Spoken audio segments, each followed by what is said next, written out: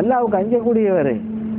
அவருக்கு வந்து இந்த ஆடு மாடு ஒட்டகம் இந்த மாதிரி கால்நடைகள் இருக்குல்ல, அதெல்லாம் ரொம்ப நேசமாக இருப்பார்.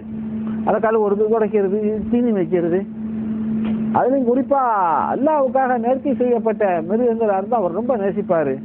அதனால் நீங்கள் எல்லாம் என்ன செய்யுங்க, எல்லாரும் உங்கள் ஒட்டகம் ஆடு மாடுலாம் இருக்குல்ல, எல்லாம் கழுவி அதெல்லாம் சுத்தம் பண்ணி கொண்டுட்டு வந்து நிறுத்துங்க, அவரை கவர் பண்ணி போடலாம் அப்படின்னு.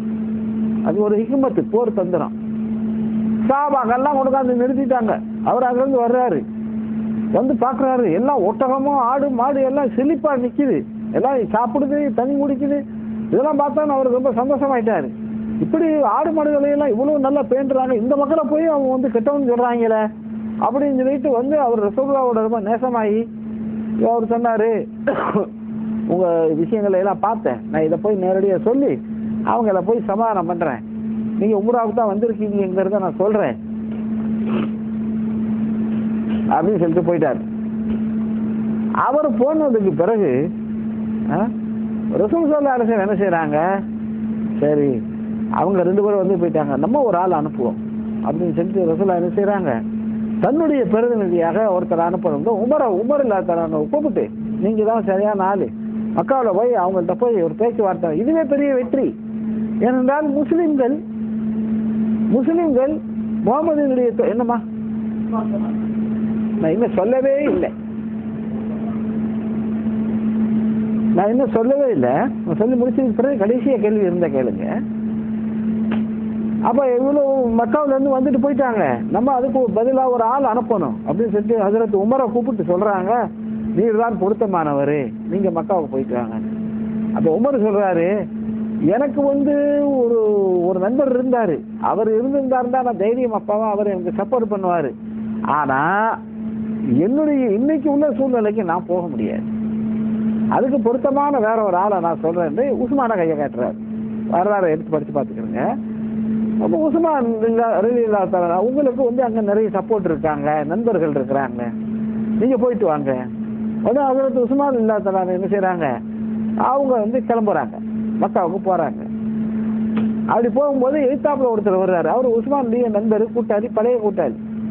அவர்கிட்ட செய்தியை சொன்ன உடனே அவர் என்ன செய்கிறாரு, தன்னுடைய ஒட்டகத்தில் உஸ்மானை ஏற்றி, உங்களுக்கு நான் பாதுகாப்பு அளிக்கிறேன், இன்று நீங்கள் திரும்பி செல்கின்ற வரை நீங்கள் என்னுடைய பாதுகாப்பில் இருப்பீர்கள் அப்படின்ற ஒரு உத்தரவாதம் கொடுத்து அவர் கூட்டிகிட்டு போகிறார். கூட்டிகிட்டு போய் உஸ்மான் ரலியல்லாஹு என்ன செய்கிறாங்க, அங்கே உள்ள குறைஷி தலைவர்கள்ட்ட சொல்கிறாங்க, நாங்கள் வந்து உம்ராவுக்காக வந்திருக்கிறோம், ஒன்றுமே செய்ய வேண்டியதில்லை, நாங்கள் உம்ரா செஞ்சுட்டு நாங்கள் பாட்டு போய்கிட்டு இருப்போம் என்று எவ்வளவோ எடுத்து சொன்னார்கள். ஒத்துக்கொள்ளலை. இதுக்கடையில் உஸ்மான் ரலியல்லாஹு தஆலா திரும்பி வர்றதுக்கு என்ன ஆகி போச்சு, கொஞ்சம் லேட்டாகிடுச்சு. லேட்டான உடனே செய்தி எப்படி வருது, ரசூலுல்லாஹ்வுக்கு உஸ்மானை படுகொலை செய்து விட்டார்கள் அப்படின்னு செய்தி. உடனே ரசூலுல்லாஹ் குளிச்சுட்டாங்க. சஹாபாக்களை பார்த்து சொன்னாங்க, ஒரு தூதரை கொலை செஞ்சிருக்கான்,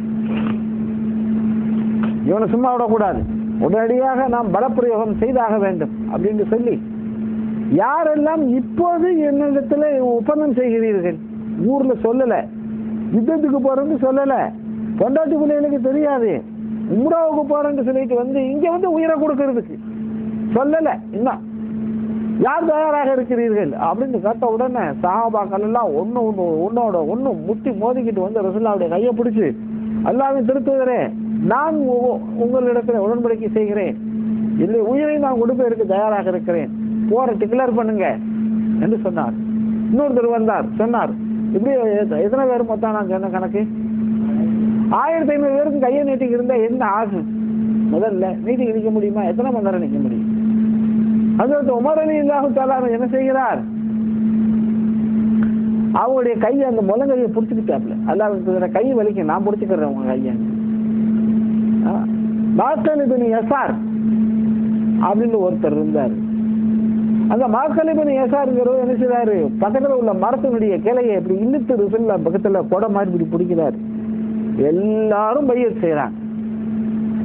இந்த ஒரே ஒரு ஆள் அவரை முனாஃபிக் நயவஞ்சகன், அவன் மட்டும் தான் செய்யல, எல்லாரும் செய்தார்கள்.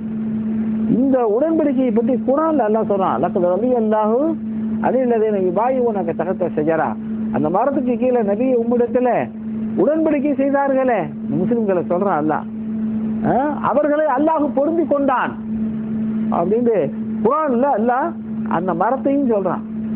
தகத்த ஷஜரா, மரத்துக்கு அடியில அப்படின்னு. ஒன்னு ரசூலுல்லாஹ் என்ன செய்றாங்க, தன்னுடைய ஒரு கையை இந்த கையால் இப்படி பிடிக்கிறாங்க. பிடிச்சி சொல்றாங்க, இந்த வந்த கூட்டத்துல இன்னும் வந்து பையத் செய்யாத ஒரே ஒரு ஆள் யாரு? உஸ்மான் ரலியல்லாஹு தஆலா. இது உஸ்மானுடைய கை அப்படின்ற ரசூலுல்லாஹ் என்ன செய்றாங்க, இது பிடிச்சி இது உஸ்மானுடைய கை அப்படின்னு உஸ்மானுக்கு பதிலாக ரசூலுல்லாஹ் என்ன செய்றாங்க, அந்த ஒப்பந்தத்தை பையத் செய்கிறார்கள். இதுல இன்னொரு விஷயமும் விளங்குதா? உஸ்மான் உயிரோடு இருக்காருங்கிறது இதனுடைய அர்த்தம்.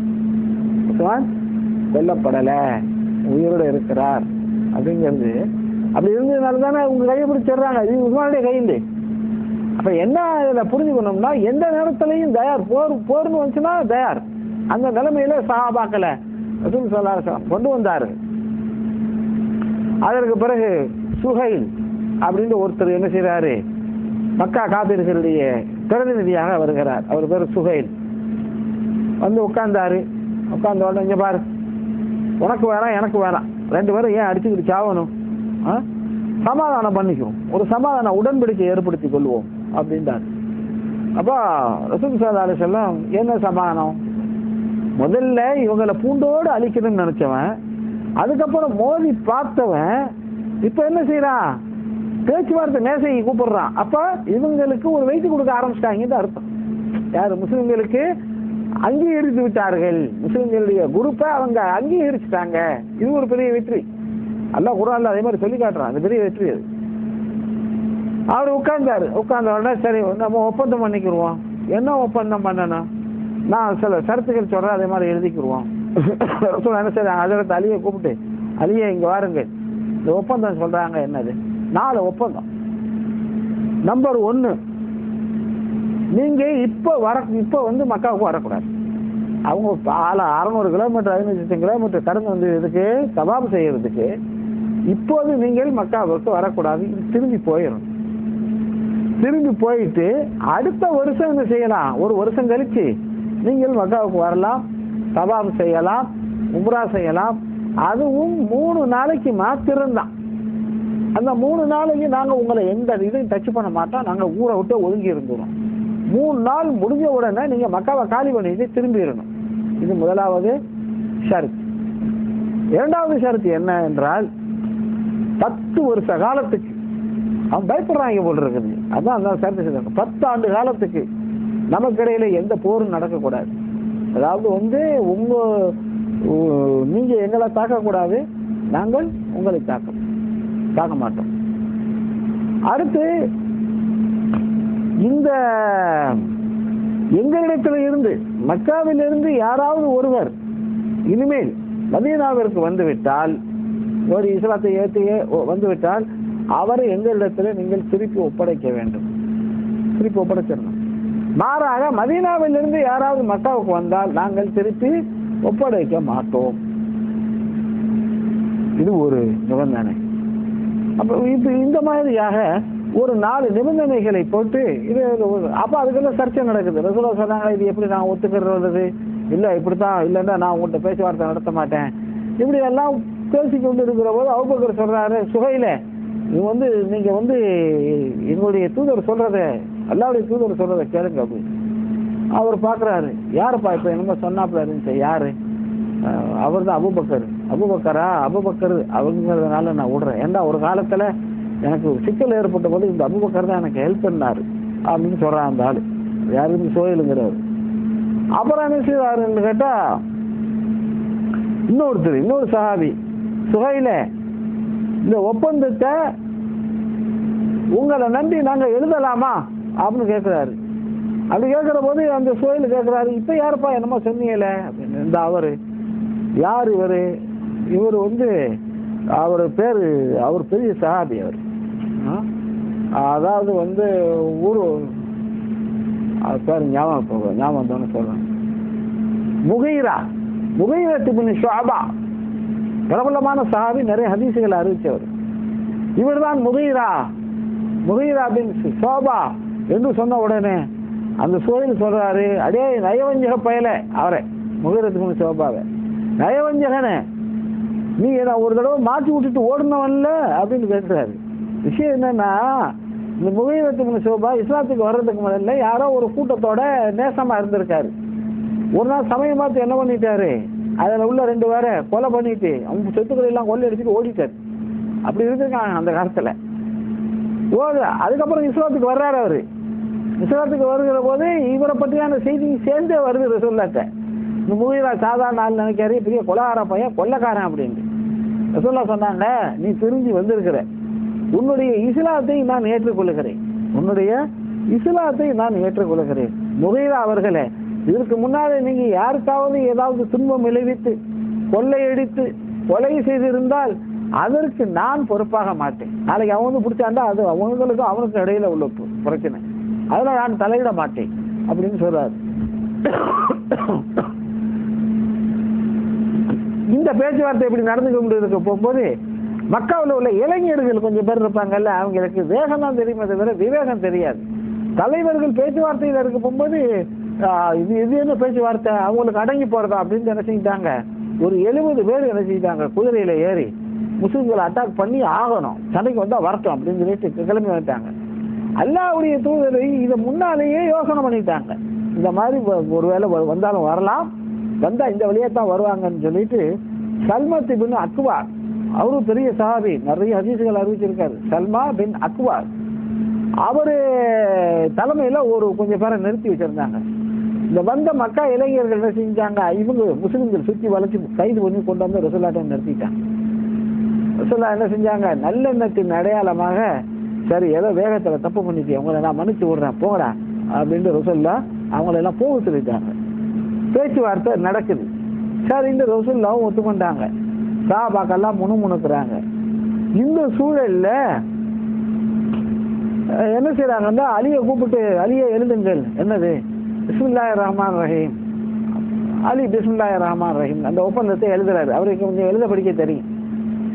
அப்போ அந்த சுஹைல் கேட்டாரு, பிஸ்மில்லா சரி, இந்த ரஹ்மான்டா என்னது, அது கேள்விப்பட்டதில்லை போல் இருக்குது. ஏன்னா ரஹ்மான் சொன்னா அல்லாஹ்வுடைய இன்னொரு பேரு, அதெல்லாம் எங்களுக்கு தெரியாது. பிஸ்மிக் அல்லாஹும்ம, அல்லாஹ்வுடைய பெயரால் மட்டும் எழுது, இந்த ரஹ்மான் போடாத. சரி அடிச்சாச்சு. இந்த ஒப்பந்தமானது மக்காவில் உள்ள குறைஷி தலைவர்களுக்கு முகமது ரசூலுல்லா அல்லாஹ்வுடைய தூதரான ரசூலுக்கும் அப்படின்னு சொல்லப்போது ஸ்டாப் சுஹைல் நிறுத்து, அதெல்லாம் அல்லாஹ்வின் தூதர், அல்லாஹ்வின் தூதர் நீ தான் ஏற்றுக்கிற, நாங்க ஏற்றுக்கறல, நாங்க ஏற்றுக்கிட்டு இருந்தோம்னா உங்களுக்கு பிரச்சனையே கிடையாது, அதனால அந்த வார்த்தை இருக்கக்கூடாது. அதற்கு அலி சொல்லிட்டாங்க, நான் அதை அடிக்க முடியாது. அப்ப என்ன செய்றாங்க, ரசூலுல்லாஹ் அந்த பேனா வாங்கி எங்கப்பா இருக்கு அந்த அந்த ரசூலுங்கிற வார்த்தை, ரசூலுல்லாங்கிற வார்த்தை எங்க இருக்கு அப்படின்னு கேட்டு காட்ட சொல்லி, ஏன்னா அவங்களுக்கு எழுத வாசிக்க தெரியாத, உம்மி நபி தானே, ரசூலுல்லாஹ் தன்னுடைய கையால் அடித்தாரு. அதுக்கப்புறம் இந்த நாள் ஒப்பந்தம் எழுதப்படுகிறது. இந்த ஒப்பந்தம் எழுதப்பட்டு மைய காயலை, அதுக்கடையில் என்ன செய்யறாரு, ஒருத்தர் வேகமா அல்லறிக்கிட்டு ஓடியாடுறாரு. ஓடி வந்து முஸ்லிம்களுக்கு மத்தியில கையில விலங்கு மாட்டி இருக்குது, இடுப்புல சங்கிலி, கடுமையான சங்கிலியை போட்டு பூட்டி இருக்குது. அப்படியே தலைவரி கோலமா உட்டமெல்லாம் ரத்தம் வடிய விளாரா வலிய ஓடி வந்து முஸ்லிம்கள் கூட்டத்தில் வந்து உழுவுறாரு. சுஹைலும் உட்கார்ந்து இருக்காரு, எல்லாரும் இருக்கிறாங்க. என்ன ரொம்ப கொடுமை பண்றாங்க. அவர் சொல்றாரு, எல்லாமே என்ன ரொம்ப கொடுமை பண்றாங்க, நான் களிமா சொன்னேன், அதுக்காக என்ன இந்த மக்காக்காரங்க துணி போட்டு அடிக்கிறாங்க, நானும் அந்த ஊருக்காரன் தானே அப்படின்னு சொல்லி அவர் வந்து புலம்புறாரு. அப்ப என்ன செய்யறாரு, அந்த சுஹைல் சொல்றாரு, இந்த பாருங்க இவரை என்கிட்ட திரும்ப ஒப்படைச்சார். இந்த ஒப்பந்தம் எழுதுறதுக்கு முன்னால இன்னும் எழுதலை, அதுக்கு முன்னால் நடந்த சம்பவம் இது. அப்ப என்ன செய்யறாங்க, ரசூலுல்லாஹ் சொல்றாங்க, ஒப்பந்தம் இன்னும் எழுதலவே இல்லையே, பேச்சு தானே, பேச்சு இருந்தாலும் முடிவுக்கு வந்துட்டோம்ல, அவரை எங்கிட்ட ஒப்படைக்கணும். கழுத்தை புடிச்சு தலைமுடியை பிடிச்சி, தலைமுடி தான் எல்லாருக்கும் தாராளமா இருக்குமா, பிடிச்சி இழுத்துக்கிட்டு நிக்கிறான் அந்த ஆளு சுஹைல். யார, அந்த ஓடி வந்தவர், அவர் பேரு அபு ஜந்தல். அபு ஜந்தல் என்ற அந்த நபி தோழரை, அபு ஜந்தல் என்ற அந்த நபி தோழரை அந்த சுஹைல் பிடிச்சி இழுக்கிறாரு. இவர் உடம்பெல்லாம் ரத்தம் ஓடுது.